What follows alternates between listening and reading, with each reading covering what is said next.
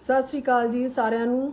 ਤੇ ਅੱਜ ਅਸੀਂ ਸੋਚਿਆ ਕਿ ਯੋਗ ਜੀ ਨਾਲ ਅਸੀਂ ਥੋੜਾ ਗੱਪਸ਼ਪ ਮਾਰੀਏ ਔਰ ਲਾਈਵ ਹੁੰਨੇ ਆ, ਕਿਉਂਕਿ ਸਾਰੇ ਜਣੇ ਚਾਹ ਰਹੇ ਸੀਗੇ ਔਰ ਪਾਕਿਸਤਾਨ ਤੋਂ ਕਿ ਇੰਡੀਆ ਤੋਂ ਕਿ ਕਾਫੀ ਆਪਣੇ ਪੰਜਾਬ ਤੋਂ ਸਾਰੇ ਮੈਸੇਜ ਵੀ ਆ ਰਹੇ ਸੀ ਔਰ ਇੱਕ ਇੱਕ ਜਣੇ ਨੂੰ ਮੇਰਾ ਖਿਆਲ ਹੈ ਕਿ ਆਨਸਰ ਦੇਣਾ ਥੋੜਾ ਮੁਸ਼ਕਿਲ ਹੋ ਜਾਂਦਾ ਕਈ ਵਾਰ। ਸੋ ਅੱਜ ਯੋਗ ਜੀ ਤੁਹਾਡੇ ਨਾਲ ਨੇ ਔਰ ਜੋ ਤੁਸੀਂ ਪੁੱਛਣਾ ਚਾਹੁੰਦੇ ਹੋ, ਗੱਲ ਕਰਨਾ ਚਾਹੁੰਦੇ ਹੋ, ਤੁਸੀਂ ਸਾਰੇ ਕਰ ਸਕਦੇ ਹੋ। ਯੋਗਰਾਜ ਸਿੰਘ ਸਪੁੱਤਰ ਸ਼ਹੀਦ ਬਾਬਾ ਦੀਪ ਸਿੰਘ ਜੀ ਦੀ ਫਤਿਹ ਸਾਰੇ ਕਬੂਲ ਕਰਿਓ। ਵਾਹਿਗੁਰੂ ਜੀ ਕਾ ਖਾਲਸਾ, ਵਾਹਿਗੁਰੂ ਜੀ ਕੀ ਫਤਿਹ। ਹਾਂਜੀ ਪੁੱਛੋ ਜੀ ਨੀਨਾ ਜੀ, ਤੁਸੀਂ ਪੁੱਛੋ ਕਿ ਕੋਈ ਹੋਰ ਸਵਾਲ ਪੁੱਛੇ। ਬਸ ਮੈਂ ਇਹੀ ਪੁੱਛਣਾ ਚਾਹ ਰਹੀ ਸੀ ਕਿ ਸਾਰੇ ਅੱਜ ਕੱਲ ਜਿਵੇਂ ਅੰਦਰ ਨੇਗੇ ਹੈ ਨਾ, ਲਾਕਡਾਊਨ ਹੋਇਆ ਔਰ ਸਾਰੇ ਬਹੁਤ ਡਿਪਰੈਸ ਹੋਏ ਨੇਗੇ, ਤੁਸੀਂ ਇਹਦੇ ਬਾਰੇ ਕੀ ਕਹਿਣਾ ਚਾਹੁੰਦੇ ਹੋ? ਅੱਗੇ ਪੁਲਿਸ ਫੜ ਕੇ ਲੈ ਜਾਂਦੀ ਸੀ ਤੇ ਜੇਲ੍ਹ 'ਚ ਡੱਕ ਦਿੰਦੀ ਸੀ, ਉਦੋਂ ਕਹਿੰਦੇ ਸੀ ਭਾਈ ਉਹ ਬੰਦਾ ਕਿੱਥੇ ਆ, ਕਹਿੰਦੇ ਜੀ ਉਹ ਤਾਂ ਅੰਦਰ ਹੋ ਗਿਆ, ਅੱਜ ਕੱਲ੍ਹ ਉਹਨੇ ਕੋਰਟ 'ਚ ਜਾਣਾ। ਤੇ ਹੁਣ ਰੱਬ ਫੜ ਕੇ ਲੈ ਕੇ ਗਿਆ, ਉਹਨੇ ਆਪਣੀ ਜੇਲ੍ਹ 'ਚ ਬੰਦ ਕਰਤੇ ਸਾਰੇ। ਇਹ ਇਸ ਕਰਕੇ ਹੋਇਆ ਜੀ ਕਿ ਬਹੁਤ ਕੁਛ ਆਪਾਂ ਬਰਬਾਦੀ ਜ਼ਿੰਦਗੀ ਦੇ ਵਿੱਚ ਇਸ ਧਰਤੀ ਦੀ ਕੀਤੀ ਹੈ। ਬਹੁਤ ਕੁਛ ਆਪਾਂ ਇਸ ਗੱਲ ਨੂੰ ਕਹਿ ਕੇ ਚੱਲੇ ਲਾਇਆ, ਅਸੀਂ ਸਾਰਾ ਕੁਛ ਹੈ, ਅਸੀਂ ਚੰਦ ਤੇ ਜਾਣਾ, ਅਸੀਂ ਮਾਰਸ ਤੇ ਜਾਣਾ। ਮੈਂ ਹੁਣੇ ਕਹਿ ਕੇ ਹਟਿਆ ਸੀ ਵੀ ਤੁਹਾਡਾ ਦਿਮਾਗ ਖਰਾਬ ਹੈ ਸਾਰਿਆਂ ਦਾ, ਤੁਸੀਂ ਚੰਦ ਤੇ ਜਾ ਕੇ ਤੇ ਮਾਰਸ ਤੇ ਜਾ ਕੇ ਲੈਣਾ ਕੀ ਹੈ?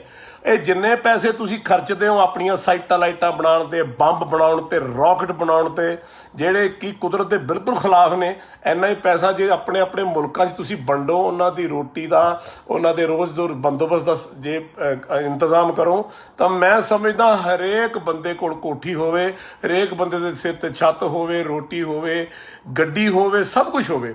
ਲੇਕਿਨ ਅਸੀਂ ਜਿਹੜੇ ਪੜ੍ਹੇ ਲਿਖੇ ਆ, ਕਹਿੰਦੇ ਨੇ ਪੜ੍ਹਿਆ ਲਿਖਿਆ, ਮੇਰੀ ਕਿਤਾਬ ਦੇ ਵਿੱਚ ਹੈ, ਮੂਰਖ ਤੇ ਅਨਪੜ੍ਹ ਸਿਆਣਾ। ਇਹ ਵੀ ਇੱਕ ਬਜ਼ੁਰਗਾਂ ਨੇ ਗੱਲ ਕਹੀ ਹੋਈ ਹੈ ਵੀ ਬੰਦਿਆ ਤੈਨੂੰ ਪੈਦਾ ਕੀਤਾ ਸੀ ਸੋਹਣੀ ਧਰਤੀ ਬਣਾ ਕੇ, ਤੂੰ ਆਪਣਾ ਇੱਥੇ ਪਾਠ ਪੂਜਾ ਕਰ, ਚੰਗੇ ਕਰਮ ਕਰ, ਲੋਕਾਂ ਦੀ ਸੇਵਾ ਕਰ, ਪਿਆਰ ਵੰਡ, ਲੋਕਾਂ ਨੂੰ ਆਪਣੀ ਹਿੱਕ ਨਾ ਲਾ, ਗਰੀਬ ਦੁਰਬੇ ਦੀ ਮਦਦ ਕਰ, ਹੈ ਜੀ।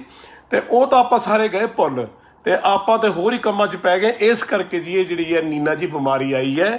ਤੇ ਅਜੇ ਵੀ ਮੈਂ ਕਈ ਵਾਰੀ ਕਹਿੰਦਾ ਹੁੰਦਾ ਵੀ ਬਾਪੂ ਨੇ ਛਿੱਤਰ ਹੀ ਚੱਕਿਆ, ਅਜੇ ਵੀ ਲੋਟ ਹੋ ਜਾਓ, ਠੀਕ ਹੋ ਜਾਓ, ਕਿਉਂਕਿ ਜੇ ਬਾਪੂ ਨੇ ਛਿੱਤਰ ਫੇਰਨਾ ਸ਼ੁਰੂ ਕਰਤਾ ਫਿਰ ਧਰਤੀ ਤੇ ਨਾ ਲਿਖਿਆ ਨਾ ਆਪਣੀ ਜਨਮ ਸਾਖੀ ਦੇ ਵਿੱਚ 20 ਕੋਹ ਤੇ ਦੀਵਾ ਬਲੂਗਾ। ਇਸ ਕਰਕੇ ਆਪਾਂ ਨੂੰ ਆਪਣਾ ਰਹਿਣਾ ਸਹਿਣਾ ਸੋਚ ਠੀਕ ਕਰ ਲੈਣੀ ਚਾਹੀਦੀ ਹੈ। ਨਹੀਂ, ਪਰ ਅੱਜ ਕੱਲ ਜਿਵੇਂ ਅੰਦਰ ਸਾਰੇ ਬੈਠੇ ਡਿਪਰੈਸ ਹੋ ਰਹੇ ਨੇ, ਉਹਦੇ ਲਈ ਕੀ ਕਰਨਾ ਚਾਹੀਦਾ? ਜਿਵੇਂ ਸਪੋਰਟਸਮੈਨ ਨੇਗੇ, ਬੱਚੇ ਨੇਗੇ, ਹਨਾ, ਕੁਛ ਦੇਖੋ ਦੱਸੋ ਕਿ ਕਿਵੇਂ ਉਹ ਕਰਨ ਆਪਣੇ ਆਪ। ਮੈਂ ਤੁਹਾਡੀ ਗੱਲ ਸਮਝਦਾ, ਖਾਣ ਕੀ ਉਹਨਾਂ ਲਈ ਠੀਕ ਆ। ਮੈਂ ਤੁਹਾਨੂੰ ਇੱਕ ਗੱਲ ਕਹਿ ਦੇਣਾ ਚਾਹੁੰਦਾ, ਬੁਲੰਦ ਆਵਾਜ਼ 'ਚ ਸ਼ੁਰੂ ਤੋਂ ਕਹਿੰਦਾ ਆਇਆ ਕਿ ਜਿਹੜਾ ਬੰਦਾ ਪਰਮਾਤਮਾ ਦੇ ਨਾਲ ਜੁੜਿਆ, ਅੱਜ ਵੀ ਮੇਰੀ ਗੱਲ ਸੁਣ ਲਿਓ ਜੇ, ਇਹ ਤੁਹਾਨੂੰ ਕੱਲ ਨੂੰ ਵੀ ਤੁਹਾਡੇ ਸਾਹਮਣੇ ਆ ਜਾਣੀ ਹੈ, ਉਹਦਾ ਪਾਠ ਕਰਦਾ ਹੈ, ਜਪਦਾ ਹੈ, ਚੰਗੇ ਕਰਮ ਕਰਦਾ, ਉਹਨੂੰ ਕਦੇ ਵੀ ਡਿਪਰੈਸ਼ਨ ਨਹੀਂ ਹੁੰਦਾ। ਡਿਪਰੈਸ਼ਨ ਉਹ ਬੰਦਿਆਂ ਨੂੰ ਹੁੰਦਾ ਹੈ ਜੀ ਜਿਹੜੇ ਬੰਦਿਆਂ ਦੇ ਰੱਬ ਤੋਂ ਟੁੱਟੇ ਹੋਏ ਬੰਦੇ ਨੇ, ਜਿਹਨਾਂ ਨੂੰ ਆਪਣੇ ਰੱਬ ਤੇ ਫੇਥ ਨਹੀਂ, ਕੁਦਰਤ ਤੇ ਫੇਥ ਨਹੀਂ, ਜਿਹੜੇ ਬੰਦੇ ਜ਼ਿੰਦਗੀ ਦੇ ਵਿੱਚ ਮਾੜੇ ਕਰਮ ਕਰਦੇ ਨੇ, ਜਿਹੜੇ ਬੰਦਿਆਂ ਨੂੰ, ਕਿਉਂਕਿ ਜਦ ਤੁਸੀਂ ਇਕੱਲੇ ਹੁੰਦੇ ਹੋ ਨਾ, ਜਦ ਤੁਸੀਂ ਰਾਤ ਨੂੰ ਬੰਦਾ ਇਕੱਲਾ ਸੌਂਦਾ ਹੈ, ਤੇ ਨੀਨਾ ਜੀ ਗੱਲ ਇਹ ਹੈ, ਉਦੋਂ ਜਦ ਬੰਦਾ ਇਕੱਲਾ ਸੌਂਦਾ, ਜੇ ਤਾਂ ਉਹਦੇ ਹੈਗੇ ਨੇ ਕਰਮ ਬੜੇ ਚੰਗੇ ਤੇ ਪ੍ਰਮਾਤਮਾ ਨਾਲ ਜੁੜਿਆ ਹੋਇਆ, ਰੱਬ ਦਾ ਨਾਮ ਜਪਦਾ, ਉਹਨੂੰ ਸਭ ਕੁਝ ਸਮਝਦਾ, ਫਿਰ ਤਾਂ ਉਹਨੂੰ ਕਦੇ ਡਿਪਰੈਸ਼ਨ ਨਹੀਂ ਹੋ ਸਕਦਾ।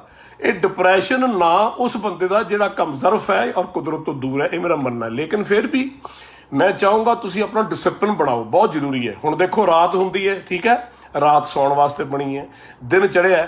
ਹੁਣ ਇਹ ਤਾਂ ਨਹੀਂ ਹੋ ਸਕਦਾ ਵੀ ਆਪਾਂ ਇਸ ਵੇਲੇ ਸ਼ਾਮ ਹੋਊਗੀ ਤੇ ਕਹਿ ਦਈਏ ਭਾਈ ਰੱਬ ਕਵੇ ਸੂਰਜ ਚੜਾ ਦਿਓ। ਨਹੀਂ, ਹਰ ਚੀਜ਼ ਇੱਕ ਯੂਨੀਵਰਸ ਦੇ ਵਿੱਚ ਇੱਕ ਡਿਸਿਪਲਿਨ ਤੌਰ ਤੇ ਚੱਲ ਰਹੀ ਹੈ, ਠੀਕ ਹੈ।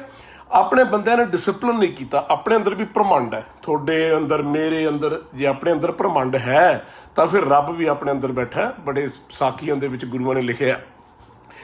ਤੇ ਤੁਸੀਂ ਉਸ ਡਿਸਿਪਲਿਨ ਦੇ ਵਿੱਚ ਰਹਿ ਕੇ ਵੇਲੇ ਸਿਰ ਉੱਠਣਾ, ਵੇਲੇ ਸਿਰ ਖਾਣਾ, ਵੇਲੇ ਸਿਰ ਆਪਾਂ ਐਕਸਰਸਾਈਜ਼ ਕਰਨੀ ਹੈ, ਪਿਆਰ ਮੁਹੱਬਤ ਸਾਰਾ ਕੁਝ ਜਿਹੜਾ ਹੈ ਘਰ ਦੇ ਵਿੱਚ, ਇੱਕ ਦੂਜੇ ਨਾਲ ਇੱਜ਼ਤ ਪਿਆਰ, ਮਾੜੀ ਮੋਟੀ ਨੋਕ ਝੋਕ ਵੀ ਹੋਣੀ ਚਾਹੀਦੀ ਹੈ, ਤਾਂ ਸਵਾਦ ਨਹੀਂ ਆਉਂਦਾ। ਹੁਣ ਜਿਵੇਂ ਮੈਂ ਤੁਹਾਡੇ ਨਾਲ, ਸਾਰਿਆਂ ਨਾਲ, ਪਰਿਵਾਰ ਨਾਲ ਸਾਰਾ ਦਿਨ ਲੱਗਿਆ ਰਹਿਣਾ ਕੁਛ ਨਾ ਕੁਛ ਕਰਨ, ਤਾਂ ਕਿ ਤੁਹਾਡਾ ਮੂਡ ਠੀਕ ਰਹੇ, ਆਪਾਂ ਵਧੀਆ ਰਹੀਏ।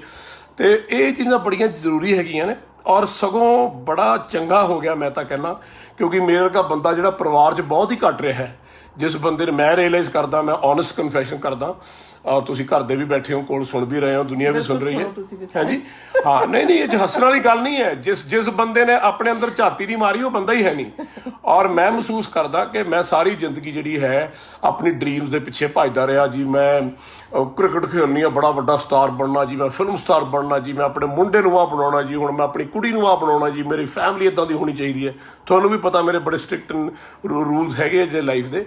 ਪਰ ਹੁਣ ਅਹਿਸਾਸ ਹੋਇਆ ਕਿ ਨਹੀਂ, ਜਿਹੜਾ ਸੁੱਖ ਤੁਹਾਡੇ ਘਰ ਦੇ ਵਿੱਚ ਹੈ, ਬੱਚਿਆਂ ਦੇ ਨਾਲ ਹੈ, ਆਪਣੀ ਬੀਵੀ ਦੇ ਨਾਲ ਹੈ, ਉਸ ਨਾਲ ਦਾ ਸੁੱਖ ਜਿਹੜਾ ਹੈ ਉਹ ਜ਼ਿੰਦਗੀ ਤੁਸੀਂ ਜਿੱਥੇ ਮਰਜ਼ੀ ਮਹਿਲ ਬਣਾ ਲਓ, ਹੋਟਲਾਂ 'ਚ ਰਹਿ ਲਓ, ਗੱਡੀਆਂ 'ਚ ਜਾਓ, ਜਹਾਜ਼ਾਂ 'ਚ ਜਾਓ। ਮੈਂ ਕਹਿੰਦਾ ਤੁਹਾਡੇ ਕੋਲ ਕੁੱਲੀ ਹੋਵੇ ਪਰ ਤੁਹਾਡੇ ਪਰਿਵਾਰਕ ਰੂਪ 'ਚ ਪਿਆਰ ਹੋਵੇ, ਤੁਹਾਡਾ ਆਪਣਾਪਨ ਹੋਵੇ, ਤਾਂ ਇਸ ਤੋਂ ਵਧੀਆ ਕੋਈ ਚੀਜ਼ ਨਹੀਂ। ਇਹ ਮੈਂ ਆਪਣੇ ਆਪ ਨੂੰ ਪਛਾਣਿਆ ਔਰ ਮੈਂ ਆਪਣੇ ਨੂੰ ਕੋਸ਼ਿਸ਼ ਕਰ ਰਿਹਾ ਕਿ ਉਸ ਪੱਧਰ 'ਤੇ ਮੈਂ ਜ਼ਰੂਰ ਜਾਵਾਂ, ਠੀਕ ਹੈ। ਦੂਜੀ ਗੱਲ ਹੈ ਕਿ ਇਹ ਆਪਾਂ ਨੂੰ ਸਮਾਂ ਇਸ ਕਰਕੇ ਵੀ ਮਿਲਿਆ ਵੀ ਆਪਾਂ ਇਹ ਸਮਝ ਲਈਏ ਵੀ ਕੁਦਰਤ ਬਹੁਤ ਵੱਡੀ ਚੀਜ਼ ਹੈ, ਰੱਬ ਬਹੁਤ ਵੱਡੀ ਚੀਜ਼ ਹੈ, ਤੁਹਾਡੇ ਸਾਹਮਣੇ ਹੀ ਹੈ, ਠੀਕ ਹੈ। ਇਹ ਤਾਂ ਬਿਲਕੁਲ ਸਹੀ ਹੈ। ਔਰ ਅਸੀਂ ਮਤਲਬ ਬਹੁਤ ਹੀ ਘੱਟ ਇਕੱਠੇ ਰਹਿੰਦੇ ਸੀਗੇ ਕਿਉਂਕਿ ਯੋਗ ਜੀ ਤਕਰੀਬਨ ਬਹੁਤ ਜ਼ਿਆਦਾ ਬਿਜ਼ੀ ਰਹਿੰਦੇ ਨੇ ਫਿਲਮਾਂ 'ਚ, ਹਨਾ। ਕਦੇ 2-4 ਦਿਨ ਲਈ ਆਏ ਤਾਂ ਉਹ 'ਚ ਇਹ ਹੁੰਦਾ ਕਿ ਮੈਂ ਰੈਸਟ ਕਰਨਾ, ਮੈਂ ਪੈਣਾ, ਹਨਾ। ਔਰ ਜਿਹੜਾ ਹੁਣ ਟਾਈਮ ਹੈ ਸ਼ਾਇਦ ਰੱਬ ਨੇ ਤਾਂ ਹੀ ਦਿੱਤਾ, ਔਰ ਜਿਹੜਾ ਹੁਣ ਟਾਈਮ ਹੈ ਇਹ 'ਚ ਅਸੀਂ ਇੰਨਾ ਟਾਈਮ ਇਕੱਠੇ ਗੁਜ਼ਾਰ ਰਹੇ ਹਾਂ, ਹੱਸੀ ਦਾ, ਖੇਡੀ ਦਾ, ਇਕੱਠੇ ਕੁਕਿੰਗ ਕਰੀ ਦੀ ਆ, ਬੱਚਿਆਂ ਨਾਲ ਟਾਈਮ ਸਪੈਂਡ ਕਰੀਦਾ। ਮਤਲਬ ਹੁਣ ਆ ਕੇ ਪਤਾ ਲੱਗ ਰਿਹਾ ਅਸਲ 'ਚ ਕਿ ਅਸੀਂ ਕਿਹੜੀ ਚੀਜ਼ ਤੋਂ ਦੂਰ ਸੀ ਔਰ ਉਸ ਚੀਜ਼ ਦੀ ਵੈਲਿਊ ਕੀ ਹੈ, ਉਹ ਹੁਣ ਆ ਕੇ ਅਹਿਸਾਸ ਹੋਇਆ। ਇੱਕ ਗੱਲ ਮੈਂ ਹੋਰ ਕਹਿਣਾ ਚਾਹੁੰਦਾ ਸਾਰੇ ਸਰੋਤਿਆਂ ਨੂੰ, ਤੁਸੀਂ ਬੈਠੇ ਹੋ ਹੁਣ, ਇਹ ਨੀਨਾ ਜੀ ਇੱਥੇ ਬੈਠੇ ਆ, ਇਹ ਘਰ ਦਾ ਸਾਰਾ ਦਿਨ ਕੰਮ ਵੀ ਕਰਦੇ ਆ, ਬੱਚਿਆਂ ਨੂੰ ਵੀ ਸੰਭਾਲਦੇ ਆ, ਖਾਣਾ ਵੀ ਬਣਾਉਂਦੇ ਆ, ਪਿਆਰ ਨਾਲ। ਵੇਟ ਕਰੋ ਮੈਂ ਕੋਈ ਤੁਹਾਡੀ, ਦੇਖੋ ਤੁਹਾਡੇ ਵਰਗੀਆਂ ਨਫੀਸ ਔਰਤਾਂ ਜ਼ਿੰਦਗੀ 'ਚ ਇਸ ਤਰ੍ਹਾਂ ਨਹੀਂ ਹੁੰਦੀਆਂ, ਇਹ ਨਹੀਂ ਵੀ ਤੁਸੀਂ ਬੈਠੇ ਹੋ। ਔਰ ਮੈਂ ਖੁਦਾ ਦਾ ਸ਼ੁਕਰ ਕਰਦਾ ਕਿ ਮੈਨੂੰ ਇੰਨੀ ਚੰਗੀ ਇੱਕ ਜ਼ਿੰਦਗੀ 'ਚ ਲੇਡੀ ਮਿਲੀ ਹੈ। ਮੈਂ ਗੱਲ ਤਾਰੀਫ ਤੁਹਾਡੀ ਕਰ ਰਿਹਾ, ਸਾਰਿਆਂ ਦੇ ਮੂਹਰੇ ਸਰੋਤਿਆਂ ਦੀ ਮੇਰੀ ਕਚਹਿਰੀ ਲੱਗੀ ਹੈ ਤੇ ਮੈਂ ਦੱਸ ਰਿਹਾ। ਇੰਨਾ ਕੁਛ ਕਰਨ ਦੇ ਬਾਵਜੂਦ ਅਸੀਂ ਫਿਰ ਬਾਹਰ ਆਉਣੇ, ਹਾਂ ਵੀ ਰੋਟੀ ਬਣੇ ਕਿ ਨਹੀਂ ਬਣੀ, ਹੋਰ ਵੀ ਫਲਾਨਾ ਕੀ ਹੋਇਆ, ਮੇਰੇ ਵਰਗਾ ਆ ਕੇ ਇੱਥੇ ਘਰੇ ਰੋਹ ਮਾਰਨ ਲੱਗ ਜਾਂਦਾ। ਮੈਂ ਇਹ ਵੀ ਗੱਲ ਸਿੱਖੀ ਹੈ ਵੀ ਸਾਰਾ ਦਿਨ ਕਿਵੇਂ ਇੱਕ ਲੇਡੀ ਘਰ ਚਲਾਉਂਦੀ ਹੈ, ਕਿਵੇਂ ਘਰ ਉਹ ਪਾਲਦੀ ਹੈ, ਕਿਵੇਂ ਉਹ ਘਰ ਨੂੰ ਚਲਾਉਂਦੀ ਹੈ, ਕਿਵੇਂ ਉਹ ਬੱਚਿਆਂ ਨੂੰ ਪਾਲਦੀ ਹੈ, ਉਹਦਾ ਧੰਨਵਾਦ ਕਰਨਾ ਚਾਹੀਦਾ, ਸ਼ੁਕਰਾਨਾ ਕਰਨਾ ਚਾਹੀਦਾ। ਸੁਣੋ, ਨਹੀਂ ਇਹ ਫੈਕਟ ਗੱਲ ਹੈ। ਪਹਿਲਾਂ ਸੁਣੋ, ਮੈਂ ਆਪਣੀ ਰਿਅਲਾਈਜ਼ੇਸ਼ਨ ਦੱਸ ਰਿਹਾ ਆਪਣੇ ਸਰੋਤਿਆਂ ਦੀ ਕਚਹਿਰੀ 'ਚ।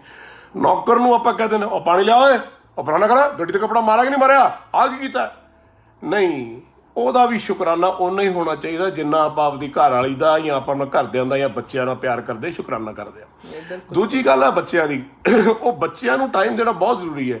ਮੈਂ ਗੱਲਾਂ ਤਾਂ ਤੁਹਾਨੂੰ ਕਹਿ ਰਿਹਾ ਕਿਉਂਕਿ ਮੈਂ ਇਹ ਰਿਅਲਾਈਜ਼ ਕੀਤੀ ਹੈ, ਠੀਕ ਹੈ। ਮੈਂ ਹਮੇਸ਼ਾ ਆਪਣੀ ਗੱਲ ਕਰੂੰਗਾ, ਮੈਂ ਕਦੇ ਦੁਨੀਆ ਦੀ ਗੱਲ ਨਹੀਂ ਕਰੂੰਗਾ, ਲੇਕਿਨ ਆਪਣੇ ਨਾਲ ਮੈਂ ਤੁਲਨਾ ਵੀ ਕਿਸੇ ਦੀ ਨਹੀਂ ਕਰਦਾ। ਬਹੁਤ ਜ਼ਰੂਰੀ ਹੈ ਪਰਿਵਾਰਕ ਰੂਪ ਦੇ ਵਿੱਚ ਬੈਠ ਕੇ।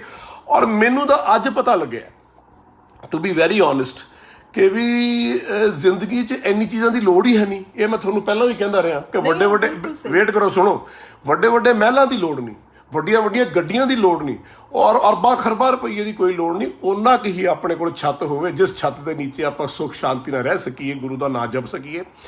ਇੱਕ ਗੱਡੀ ਆਪਣੇ ਕੋਲ ਚੜ੍ਹਨ ਨੂੰ ਹੋਵੇ, ਹੈਲਥੀ ਬੈਂਕ ਬੈਲੈਂਸ ਹੋਣ, ਬੱਚਿਆਂ ਨੂੰ ਆਪਾਂ ਇੰਨੀ ਸਿੱਖਿਆ ਦੇ ਦਈਏ ਤਾਂ ਕਿ ਉਹ ਜ਼ਿੰਦਗੀ ਜਦ ਉੜਨ ਇਸ ਦੁਨੀਆ ਦੇ ਵਿੱਚ ਉਹ ਇੱਕ ਅੱਛੇ ਤੇ ਨੇਕ ਇਨਸਾਨ ਬਣਨ, ਚੰਗੇ ਕਰਮ ਕਰਨ। ਇਹ ਚੀਜ਼ਾਂ ਮੈਂ ਜ਼ਿੰਦਗੀ 'ਚ ਬੈਠ ਕੇ ਘਰੇ ਸੋਚੀਆਂ ਨੇ ਕਿ ਵੀ ਇਹ ਚੀਜ਼ਾਂ ਮੇਰੇ 'ਚ ਮਿਸਿੰਗ ਸੀ। ਔਰ ਬਹੁਤ ਸਾਰੀਆਂ ਹੋਰ ਚੀਜ਼ਾਂ, ਜਿਵੇਂ ਮੈਨੂੰ ਬੜੀ ਜਲਦੀ, ਮੈਂ ਬਹੁਤ ਡੋਮੀਨੇਟਡ ਆਦਮੀ ਆ, ਬੜਾ ਗੁੱਸੇ ਵਾਲਾ ਆਦਮੀ ਹੈ। ਮੈਂ ਕੋਸ਼ਿਸ਼ ਕਰਦਾ ਕਿ ਨਹੀਂ, ਇਹ ਠੀਕ ਨਹੀਂ ਹੈ, ਬੰਦੇ ਨੂੰ ਸ਼ਾਂਤ ਰਹਿਣਾ ਚਾਹੀਦਾ, ਚੁੱਪ ਰਹਿਣਾ ਚਾਹੀਦਾ, ਔਰ ਆਪਣੇ ਅਸੂਲ ਜਿਹੜੇ ਹੈ ਉਹ ਵੀ ਜ਼ਿਆਦਾ ਨਹੀਂ ਥੋਪਣੇ ਚਾਹੀਦੇ, ਡਿਸਕਸ ਜ਼ਰੂਰ ਕਰ ਲੈਣੇ ਚਾਹੀਦੇ ਕਿ ਭਾਈ ਇੱਦਾਂ ਨਹੀਂ, ਇੱਦਾਂ ਹੋਣਾ ਚਾਹੀਦਾ। ਸੋ ਆਈ ਥਿੰਕ ਇਹ ਸਮਾਂ ਮਿਲਿਆ ਆਪਾਂ ਨੂੰ ਸਾਰਿਆਂ ਨੂੰ ਰਿਅਲਾਈਜ਼ ਕਰਨ ਵਾਸਤੇ। ਹੁਣ ਮੈਂ ਕਈ ਵਾਰੀ ਸੁਣਦਾ ਜੀ ਡਿਪਰੈਸ਼ਨ ਆ ਗਿਆ ਜੀ, ਉਹ ਜੀ ਫਲਾਨਾ ਜਨਾਨੀ ਨੇ ਆਪਣੀ ਕੁੱਟਤੀ ਜੀ, ਉਹ ਫਲਾਨੇ ਆਹ ਕਰਤਾ ਜੀ। ਯਾਰ ਇਹ ਕੋਈ ਗੱਲਾਂ, ਆਪਾਂ ਇਨਸਾਨ ਆ, ਇਹਦਾ ਫਿਰ ਆਪਾਂ ਦੇਣਾ ਕਿੱਥੇ ਦੇਵਾਂਗੇ। ਨਾਲੇ ਦੇਖੋ ਸਾਰੇ ਹੀ ਆਪਾਂ ਘਰ 'ਚ, ਜੇ ਹਸਬੈਂਡ ਘਰ 'ਚ ਹੈ ਤਾਂ ਵਾਈਫ ਵੀ ਤਾਂ ਨਾਲ ਹੀ ਹੈ ਨਾ। ਸਾਰੇ ਡਿਪਰੈਸ਼ਨ ਤਾਂ ਸਾਰਿਆਂ ਨੂੰ, ਸਾਰੇ ਇੱਕ ਦੂਜੇ ਨਾਲ ਮਿਲ ਕੇ ਸਾਨੂੰ ਇਹ ਟਾਈਮ ਕੱਢਣਾ ਚਾਹੀਦਾ। ਸ਼ਾਇਦ ਰੱਬ ਨੇ ਆਪਾਂ ਨੂੰ ਤਾਂ ਕਰਕੇ ਟਾਈਮ ਦਿੱਤਾ ਕਿ ਜੋ ਕੰਮ ਅਸੀਂ ਹੁਣ ਤੱਕ ਨਹੀਂ ਕਰ ਪਾਏ ਜਾਂ ਟਾਈਮ ਸਾਨੂੰ ਨਹੀਂ ਸੀ ਮਿਲ ਰਿਹਾ, ਸਗੋਂ ਉਹ ਕੰਮ ਕਰੋ ਬੈਠ ਕੇ। ਹੁਣ ਤੁਹਾਡੇ ਕੋਲ ਖੁੱਲਾ ਟਾਈਮ ਹੈ ਉਹ ਕੰਮ ਕਰਨ ਲਈ, ਸਾਨੂੰ ਉਹ ਸਾਰੇ ਕੰਮ ਕਰ ਲੈਣੇ ਚਾਹੀਦੇ। ਬਾਕੀ ਰਹੀ, ਮੈਨੂੰ ਇਸ ਗੱਲ ਤੇ ਬੜਾ ਹਾਸਾ ਆਇਆ, ਯੋਗ ਜੀ ਕਹਿ ਰਹੇ ਸੀ ਕਿ ਸਾਨੂੰ ਇੰਨੇ ਕੱਪੜੇ ਚਾਹੀਦੇ ਨੇ, ਵਾਕਈ ਗੱਲ ਸਹੀ ਆ। ਜਿਸ ਦਿਨ ਦਾ ਲੋਕਡਾਊਨ ਹੋਇਆ, ਮੇਰੇ ਖਿਆਲ ਆ ਮੈਂ 3 ਸੂਟ ਨੇਗੇ ਕੱਢੇ ਹੋਏ, ਇੱਕ ਧੋ ਲਈਦਾ, ਇੱਕ ਪਾ ਲਈਦਾ। ਹੁਣ ਸੋਚੀਦਾ ਅਲਮਾਰੀ ਨੂੰ ਉਸ ਦਿਨ ਦਾ ਹੱਥ ਨਹੀਂ ਲਗਾ ਕੇ ਦੇਖਿਆ ਵੀ ਇਹ 'ਚ ਕਿਹੜਾ ਕੱਪੜਾ ਕਿੱਥੇ ਪਿਆ, ਕਿਉਂਕਿ ਜਾੜ ਆਉਣ ਨਹੀਂ ਕਿਤੇ ਰਿਹਾ ਨਾ। ਔਰ ਦੂਜੀ ਗੱਲ, ਪਰਸ ਮੇਰਾ ਖਿਆਲ ਆ ਮੈਂ ਪਰਸੋਂ ਕੱਢਿਆ ਹੋਣਾ, ਉਹਦੀ ਕੋਈ ਜ਼ਰੂਰਤ ਨਹੀਂ। ਮਤਲਬ ਲਿਮਟਡ ਜੀ ਚੀਜ਼ਾਂ ਸਾਡੇ ਕੋਲੇ ਵਾਕਈ ਹੀ ਲਿਮਟਡ ਹੋਣੀਆਂ ਚਾਹੀਦੀਆਂ ਨੇ, ਜਿਨ੍ਹਾਂ ਨੂੰ ਅਸੀਂ ਯੂਜ਼ ਕਰੀਏ ਪ੍ਰੋਪਰ। ਆ ਦੇਖੋ ਨਾ, ਹੁਣ ਤੁਸੀਂ ਵੀ ਕਈ ਵਾਰੀ ਕਹਿੰਦੇ ਸੀ ਵੀ ਚੰਗੇ ਕੱਪੜੇ ਪਾ ਕੇ, ਪੈਂਟ ਸ਼ਰਟ ਪਾ ਕੇ ਤੁਰਿਆ ਕਰ, ਫਲਾਨਾ ਕਰ। ਤੇ ਮੈਂ ਤੁਹਾਨੂੰ ਹਮੇਸ਼ਾ ਇਹ ਕਹਿੰਦਾ ਸੀ ਕਿ ਬੰਦੇ ਨੂੰ ਜ਼ਿੰਦਗੀ ਦੇ ਵਿੱਚ ਉਹਦੀ ਸੋਚ ਉੱਚੀ ਹੋਣੀ ਚਾਹੀਦੀ ਹੈ, ਰੱਬ ਨਾਲ ਜੁੜਿਆ ਹੋਣਾ ਚਾਹੀਦਾ ਹੈ। ਔਰ ਪਹਿਰਾਵਾ ਉਹੀ ਜਿਹੜਾ ਤੁਹਾਡੇ ਬਦਨ ਨੂੰ ਚੰਗਾ ਲੱਗੇ, ਪਹਿਰਾਵਾ ਉਹ ਜਿਹੜਾ ਤੁਹਾਡੇ ਵਾਸਤੇ ਕੰਫਰਟੇਬਲ ਹੋਵੇ। ਹੁਣ ਆਪਾਂ ਬ੍ਰਾਂਡ ਪਾ ਲਿਆ, ਇੱਕ ਤਾਂ ਆਪਣੇ ਜੇ ਬੜਾ ਯੱਬਖਾਨਾ ਦੁਨੀਆਦਾਰੀਆਂ ਦੇ ਵਿੱਚ, ਆਪਾਂ ਗੁਆਂਢੀ ਨੂੰ ਦੇਖ ਕੇ, ਦੂਜੇ ਨੂੰ ਦੇਖ ਕੇ, ਫਲਾਣੇ ਨੇ ਗੱਡੀ ਲੈ ਲਈ, ਫਲਾਣੇ ਨੇ ਕੋਠੀ ਲੈ ਲਈ, ਫਲਾਣੇ ਨੇ ਜ਼ਮੀਨ ਆ, ਫਲਾਣਾ, ਇਹ ਚੀਜ਼ਾਂ ਦੇਖ ਕੇ ਆਪਾਂ ਨੂੰ ਹਮੇਸ਼ਾ ਆਪਣੇ ਆਪ 'ਚ ਦੇਖਣਾ ਚਾਹੀਦਾ। ਸਾਡੀ ਚਾਦਰ ਜਿਹੜੀ ਹੈ ਕਿੱਡੀ ਕੁ ਮੈਲੀ ਹੈ, ਕਿੱਡੀ ਕੁ ਸਾਫ਼ ਹੈ, ਉਹਨੂੰ ਪਹਿਲਾਂ ਆਪਾਂ ਸਾਫ਼ ਕਰ ਲਈਏ, ਉਹਨੂੰ ਆਪਾਂ ਆਪਣੇ ਸਰੀਰ ਨੂੰ ਤੰਦਰੁਸਤ ਕਰ ਲਈਏ, ਜਿਹੜੀਆਂ ਚੰਗੀ ਆਪਾਂ ਖੁਰਾਕ ਖਾਈਏ। ਮੈਂ ਸਮਝਦਾ ਤੁਸੀਂ ਚੰਗੀ ਖੁਰਾਕ ਖਾਂਦੇ ਹੋ, ਆਪਣੇ ਆਪ ਨੂੰ ਸਵਾਰ ਕੇ ਰੱਖਦੇ ਹੋ, ਆਪਣੇ ਸਰੀਰ ਨੂੰ ਤਕੜਾ ਰੱਖਦੇ ਹੋ, ਤੇ ਉਹ ਮੇਰੇ ਵਾਸਤੇ ਉਹੀ ਗਨੀਮਤ ਹੈ। ਪੈਸਾ ਤਾਂ ਆ ਜਾਂਦਾ ਹੈ, ਚਲੇ ਜਾਂਦਾ ਹੈ, ਜਦਤਾਂ ਵੀ ਆਉਂਦੀਆਂ ਚਲੇ ਜਾਂਦੀਆਂ, ਲੇਕਿਨ ਸਰੀਰ ਇੱਕ ਵਾਰੀ ਚਲਾ ਗਿਆ, ਬਿਮਾਰੀ ਲੱਗ ਗਈ, ਫਿਰ ਇਹ ਕਦੇ ਵਾਪਸ ਨਹੀਂ ਆਉਂਦਾ।